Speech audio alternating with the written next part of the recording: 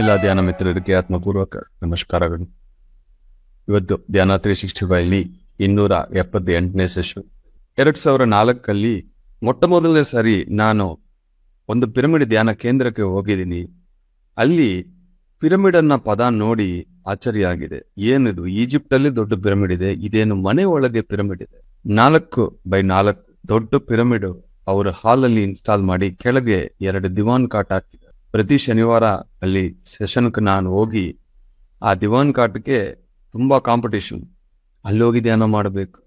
ಯಾಕೆ, ಎಲ್ಲಿ ಬೇಕಂದ್ರೂ ಮಾಡಬಹುದಲ್ವಾ? ಆ ದಿವಾನ್ ಕಾಟ್ ಪಿರಮಿಡ್ ಕೆಳಗೆ ಹೋಗೋಕೆ ನಮ್ಮ ಜ್ಯೋತಿ ಮೇಡಮ್ ಮನೆ ಅಲ್ಲಿ ಕಾಂಪಿಟೇಷನ್ ನಮ್ಮೆಲ್ಲರಿಗೆ. ಅಲ್ಲಿ ಹೋಗಿ ಕುತ್ಕೊಳ್ತೀವಿ 1 ಗಂಟೆ 2 ಗಂಟೆ 3 ಗಂಟೆ ಧ್ಯಾನ. ಯಾಕೆಂದ್ರೆ ಪಿರಮಿಡ್ ಕೆಳಗೆ ಧ್ಯಾನ 3 ಪಟ್ಟು ಜಾಸ್ತಿ ಎನರ್ಜಿ ಕೊಡುತ್ತದೆ, ತುಂಬಾ ಅನುಭವಗಳು ಕೊಡುತ್ತದೆ, ಮನಸ್ಸು ತುಂಬಾ ಶೂನ್ಯಕ್ಕೆ ಹೋಗುತ್ತದೆ ಅಂತ ನಮಗ್ ಗೊತ್ತು. ಪಿರಮಿಡ್ ಕೆಳಗಿಂದ ಓಡಿದ್ರೆ ಚೆನ್ನಾಗಿ ಕ್ರಿಸ್ಟಲ್ಸ್ ಎಲ್ಲ ಇರುತ್ತೆ. ಅದನ್ನ ನಾನು ಕೇಳಿದ್ದೀನಿ, ಏನಿದು ಕಳ್ಳು ತರ ಇದೆ, ಏನ್ ಮಾಡುತ್ತದೆ ಅಂದ್ರೆ, ಒಂದು ಪಿರಮಿಡ್ ಏನ್ ಮಾಡುತ್ತದೆ ಅಂದ್ರೆ ಶಕ್ತಿಯನ್ನು 3 ಪಟ್ಟು ಜಾಸ್ತಿ ಮಾಡಿ ನಿಮಗೆ ಕೊಡುತ್ತದೆ. ಆ ಕ್ರಿಸ್ಟಲ್ ಆ ಎನರ್ಜೀಸ್ ಮಲ್ಟಿಪ್ಲೈ ಮಾಡುತ್ತೆ. ಅವಾಗ ಈ ಕ್ರಿಸ್ಟಲ್ಸ್ ಪಿರಮಿಡ್ಸ್ ಬಗ್ಗೆ ನನಗೆ ತುಂಬಾ ಇಂಟ್ರೆಸ್ಟ್ ಬಂದಿದೆ. ಮುಂಚೆ ಏನು ಗೊತ್ತಿಲ್ಲ. ಧ್ಯಾನ ಅಂದ್ರೆ ಕೂತ್ಕೋಬೇಕು, ಮಾಡಬೇಕು, ಏನೋ ಹಿಮಾಲಯಾಸ್ ಹೋಗ್ಬೇಕು, ಕಾಷಾಯ ಹಾಕ್ಬೇಕು, ಸಂಸಾರ ಬಿಡಬೇಕು ಅಂತ ಮೈಂಡ್ ಸೆಟ್ ಇತ್ತು. ಬಟ್ ಸಂಸಾರದಲ್ಲಿ ನಿರ್ವಾಣ. ಈ ತರ ಮನೆ ಒಳಗೇನೆ ನಾವು ಪಿರಮಿಡ್ಸ್ ಇಟ್ಕೊಂಡು ಕ್ರಿಸ್ಟಲ್ಸ್ ಇಟ್ಕೊಂಡಿದ್ರೆ ಮನೇನೆ ಒಂದು ದೇವಸ್ಥಾನ ಆಗುತ್ತದೆ. ಅಷ್ಟೊಂದು ಎನರ್ಜಿ ಸಿಗುತ್ತೆ ಅನ್ನೋದು ಆ ಧ್ಯಾನ ಕೇಂದ್ರದಿಂದ ನನಗೆ ಗೊತ್ತಾಗಿದೆ. ಅವಾಗ ಒಂದು ಥಾಟ್ ಬಂದಿದೆ, ಪ್ರತಿಯೊಬ್ಬರು ಮನೆಯಲ್ಲಿ ಯಾಕೆ ಪಿರಮಿಡ್ ಇರಬಾರದು, ಪ್ರತಿಯೊಬ್ಬರು ಯಾಕೆ ಕ್ರಿಸ್ಟಲ್ಸ್ ಯೂಸ್ ಮಾಡಬಾರದು, ಪ್ರತಿಯೊಬ್ಬರು ಮನೆಯನ್ನ ಚೆನ್ನಾಗಿ ಯಾಕೆ ಇಟ್ಕೋಬಾರದು.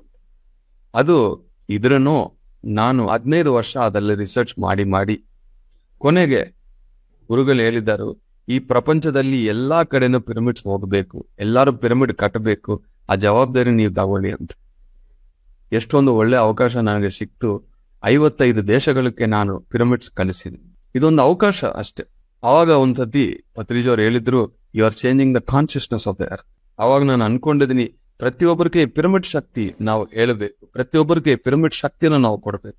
ಈಗ ಇಲ್ಲಿಂದ ನಾನು ಮನೆಗೆ ನಡ್ಸ್ಕೊಂಡು ಹೋಗ್ಬೇಕು ಅಂದ್ರೆ 2 ಗಂಟೆ ಕಾಲ ಆಗುತ್ತೆ. ಅದೇ ಗಾಡಿಯಲ್ಲಿ ಹೋಗಿದ್ರೆ 20 ನಿಮಿಷ ಆಗುತ್ತೆ. ಯಾವುದೇ ಒಂದು ವಿಷಯ ಶಾರ್ಟ್ ಟೈಮ್ ಅಲ್ಲಿ ರಿಸಲ್ಟ್ಸ್ ಬೇಕು ಅಂತ ಇರೋ ಈ ಪ್ರಪಂಚದಲ್ಲಿ ಧ್ಯಾನ ಎಲ್ಲರೂ ಮಾಡ್ತಾ ಇದ್ದಾರೆ, ಸಿನ್ಸಿಯರ್ ಆಗಿ ಮಾಡ್ತಾ ಇದ್ದಾರೆ. ಒಂದೇ ಒಂದು ಪಿರಮಿಡ್ ಅನ್ನ ನೀವು ಆಡ್ ಮಾಡಿ, ಒಂದು ಕ್ರಿಸ್ಟಲ್ ಅನ್ನ ನೀವು ಯೂಸ್ ಮಾಡಿದ್ರೆ ಆ ಡೀಪ್ ಮೆಡಿಟೇಷನ್ಗೆ ಹೋಗ್ಬಿಡ್ತದೆ. ಈ ರಿಸರ್ಚ್ ಅಲ್ಲಿ ಒಂದು ಒಳ್ಳೆ ಕ್ರಿಸ್ಟಲ್ ನನ್ನ ಕೈಯಲ್ಲಿ ಸಿಕ್ತು. ಎಷ್ಟೋ ಇದೆ, ಇದು ಸ್ಮೋಕಿ ಕ್ವಾರ್ಟ್ಸ್, ಎಷ್ಟೋ ಜನ ಹತ್ರ ಇದೆ, ನನ್ಗೆ ಗೊತ್ತು. ಇದು ಫಸ್ಟ್ ಟೈಮು ನಾನು ಕೈಯಲ್ಲಿ ಇಟ್ಕೊಂಡು ಯಾವಾಗ ಧ್ಯಾನ ಮಾಡಿದನು, ವಿತಿನ್ 1 ಮಿನಿಟ್ ನಾನು ಧ್ಯಾನ ಒಳಗೆ ಹೋಗ್ತೀನಿ.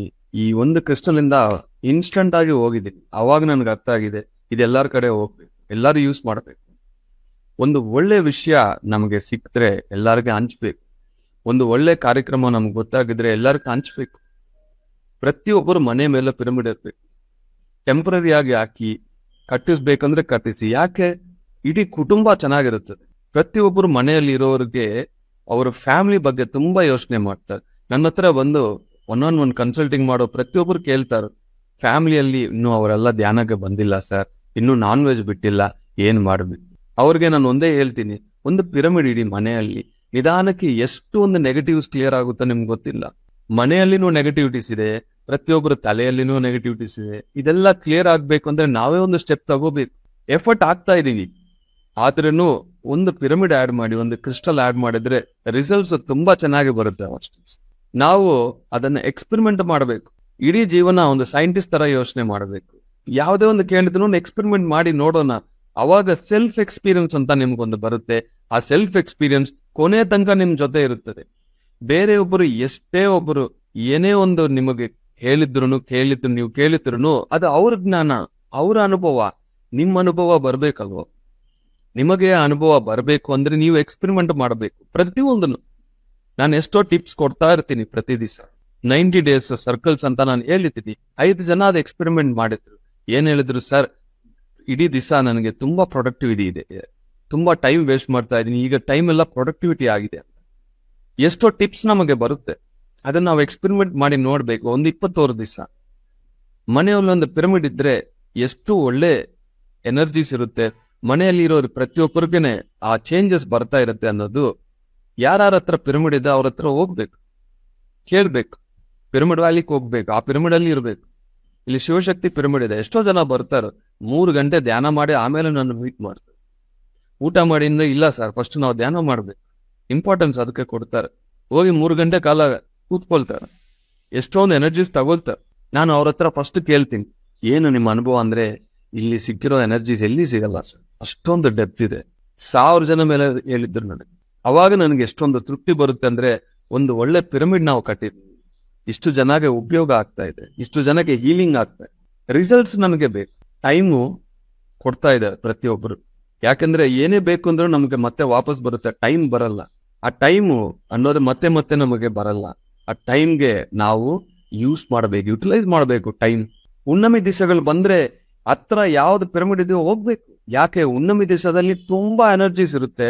ಆ ತುಂಬಾ ಎನರ್ಜೀಸ್ ಅಲ್ಲಿ ಇನ್ನೂ 3 ಪಟ್ಟು ಜಾಸ್ತಿ ಎನರ್ಜಿ ನಮಗೆ ಬರಬೇಕು. ಹುಣ್ಣಮಿ ದಿವಸಗಳು ಬಂದ್ರೆ ಹತ್ರ ಸೆಂಟರ್ಸ್ ಏನಿದೆಯೋ, ಪಿರಮಿಡ್ ವ್ಯಾಲಿಯೋ, ಶಿವಶಕ್ತಿ, ಎಲ್ಲೋ ಒಂದು ಯಾವ್ದೋ ಒಂದು ಟೈಮ್, ನಮಗೆ ಸಮಯಕ್ಕೆ ಸಾಧನಕ್ಕೆ ಸಂಬಂಧ ಇಲ್ಲ. ಈಗ ನೋಡಿ, ಬ್ರಹ್ಮ ಮುಹೂರ್ತ ಈ ಟೈಮು ಆ ಟೈಮ್ ಇಲ್ಲ. ಮಧ್ಯಾಹ್ನ 11 ಗಂಟೆಗೆ ಎಷ್ಟು ಶಕ್ತಿ ಬರ್ತಾ ಇದೆ ಮಧ್ಯಾಹ್ನ. ಇದು ಧ್ಯಾನದ ಒಂದು ವಿಶಿಷ್ಟತೆ. ಸಮಯಕ್ಕೆ ಧ್ಯಾನಕ್ಕೆ ಸಂಬಂಧನೇ ಇಲ್ಲ. ಯಾವ ಟೈಮ್ ಬೇಕನ್ನೋ ಆ ಟೈಮ್ ನಾವು ಧ್ಯಾನದಲ್ಲಿ ಕುತ್ಕೋಬಹುದು. ಮಾಡಿ ಎಕ್ಸ್ಪೆರಿಮೆಂಟ್ ಮಾಡಿ ಲೈಫಲ್ಲಿ ಇನ್ನೂ ಬೆಸ್ಟ್ ಆಗ್ಬೇಕು, ಇನ್ನೂ ನಮಗೆ ಹೆಚ್ಚಾಗ್ಬೇಕು ಎನರ್ಜೀಸ್, ಇನ್ನೂ ಹೆಲ್ತ್ ಇಂಪ್ರೂವ್ ಆಗ್ಬೇಕು, ಥರ್ಡ್ ಐ ಓಪನ್ ಆಗ್ಬೇಕು, ಸೆಲ್ಫ್ ಎಕ್ಸ್ಪೀರಿಯನ್ಸಸ್ ಬರಬೇಕು. ಪ್ರತಿ ಒಬ್ಬರಿಗೂ ಸೆಲ್ಫ್ ಎಕ್ಸ್ಪೀರಿಯನ್ಸ್ ಬೇಕು, ಸ್ವ ಅನುಭವ. ಆ ಅನುಭವ ನಿಮಗೆ ಬಂದ್ರೇನೆ ತುಂಬಾ ಕ್ಲಾರಿಟಿ ಬರುತ್ತದೆ. ಈ ಒಂದು ಸ್ಪಿರಿಚುವಲ್ ಪಾತ್ ಅಲ್ಲಿ ಲಾಂಗ್ ಟರ್ಮ್ ನಾವು ಹೋಗೋಕೆ ಅದು ಉಪಯೋಗ ಆಗುತ್ತದೆ. ಯಾವುದೇ ಒಂದು ಅನುಭವ ನನಗಿಲ್ಲ ಸರ್, ನಾನು 5 ವರ್ಷ ಧ್ಯಾನ ಮಾಡ್ತಾ ಇದ್ದೀನಿ, 3 ವರ್ಷ ಮಾಡ್ತಾ ಇದ್ದೀನಿ ಅಂತ ಎಷ್ಟೋ ಜನ ನನ್ನ ಹತ್ರ ಬರ್ತಾರೆ. ನಾನು ಒಂದೇ ಕೇಳ್ತೀನಿ, ನೀವು ಚಾಲೆಂಜ್ ತಗೊಂಡಿದ್ರ ಅಂದ್ರೆ ಇಲ್ಲ. ಗಾರ್ಲಿಕ್ ಬಿಟ್ರ ಇಲ್ಲ. ಕೇಕು ಎಗ್ಗು ತಿಂತೀನಿ ಸರ್. ಒಂದೊಂದು ಚಿಕ್ಕ ಚಿಕ್ಕ ವಿಷಯದಲ್ಲಿ ಎಲ್ಲೋ ಒಂದು ಮಿಸ್ ಮಾಡ್ತಾ ಇರ್ತಾರೆ. ಬಟ್ ಈ 69 ಡೇಸ್ ಚಾಲೆಂಜ್ ತಗೊಂಡಿದ ಮೇಲೆ ನಾನು ಪ್ರತಿಯೊಬ್ಬರ ಹತ್ರ ಮಾತಾಡ್ತಾ ಇರ್ತೀನಿ. ಅವರೆಲ್ಲ ನನ್ಗೆ ಒಂದೇ ಹೇಳ್ತಾರೋ, ಇವಾಗ ಅನುಭವ ಬರ್ತಾ ಇದೆ ಸರ್, ಇವಾಗ ಕ್ಲಾರಿಟಿ ಬರ್ತಾ ಇದೆ ಸರ್, ಇವಾಗ ರಿಸಲ್ಟ್ಸ್ ನೋಡ್ತಾ ಇದ್ದೀನಿ ಸರ್. ಎಷ್ಟೋ ಒಂದು ಖುಷಿ ನನಗೆ ಕೊಡುತ್ತೆ. ಇವಾಗ ನಡೀತಾ ಇದೆ 69 ಡೇಸ್ ಚಾಲೆಂಜು ಲೆವೆಲ್ 2. ನಿನ್ನೆ ಲೀಡರ್ಸ್ ಎಲ್ಲರೂ ಹತ್ರ ಒಂದು ಝೂಮ್ ಮೀಟಿಂಗ್ ಮಾಡಿದ್ದೀನಿ. ನೋಡ್ತಾ ಇದ್ದೀನಿ ನಾನು ಎಷ್ಟು ಜನ ಜಾಯಿನ್ ಆಗಿದ್ರಿ, ಎಷ್ಟು ಜನ ಈಗ ಮಾಡ್ತಾ ಇದ್ರಿ. ನಿಮ್ಮ ಪ್ರತಿಯೊಬ್ಬರು ಡೇಟಾ ನಾನು ನೋಡ್ತಾ ಇದ್ದೀನಿ. ಪ್ರತಿಯೊಬ್ಬರು ಈ ಚಾಲೆಂಜು 69 ಡೇಸು ನೀವು 80% ಇಂದ ನೀವು ಸಿನ್ಸಿಯರ್ ಆಗಿ ನೀವು ಮಾಡಿದ್ರೆ, ನಿಮ್ಮೆಲ್ಲರಿಗೆ ಅವ್ರ ಒಬ್ಬೊಬ್ಬರಿಗೆ ನಾನು ಪರ್ಸನಲ್ ಟೈಮ್ ಕೊಡ್ತೀನಿ. ನಿಮ್ಗೆ ನಾನು ಪರ್ಸನಲ್ ಆಗಿ ಗೈಡ್ ಮಾಡ್ತೀನಿ. ಯಾಕೆಂದ್ರೆ ನನಗೆ ಎಲ್ಲರೂ ಬೇಡ, ಸಿನ್ಸಿಯರ್ ಪೀಪಲ್ ಬೇಕು. ಲಕ್ಷಾಂತರ ಜನ ಬೇಡ, 1000 ಜನ ಪರ್ಫೆಕ್ಟ್ ಮಾಸ್ಟರ್ಸ್ ಬೇಕು ನನಗೆ ಸಾಕು. ಆ 1000 ಜನಕ್ಕೆ ನನ್ನ ಸಮಯ ಪರಿಪೂರ್ಣವಾಗಿ ನಾನು ಕೊಡ್ತೀನಿ. ಎಷ್ಟು ಗ್ರೋತ್ ನಿಮಗೆ ಬರುತ್ತೋ ನೀವುಗೆ ಅಂದಾಜಿಗೆನೆ ಬರಲ್ಲ. ನನಗೆ ಬೇಕು ಯಾರು ಅಂದ್ರೆ sincere people, sincere and serious people. ಎಲ್ಲರೂ ಬೇಡ, ಕಾರಣಗಳು ಬೇಡ. ಇಲ್ಲಿ ಎನ್ಲೈಟನ್ಮೆಂಟ್ ಬೇಕಾ, ನಿಮ್ಮ ಪರ್ಪಸ್ ಆಫ್ ಲೈಫ್ ಬೇಕಾ, ನೀವೊಂದು ಮಾಸ್ಟರ್ ಆಗ್ಬೇಕಾ, ಸಿನ್ಸಿಯರ್ ಆಗಿ ಸೀರಿಯಸ್ ಆಗಿದ್ರೆ ರಿಸಲ್ಟ್ ನಾನು ತೋರಿಸ್ತೀನಿ. Thank you very much masters.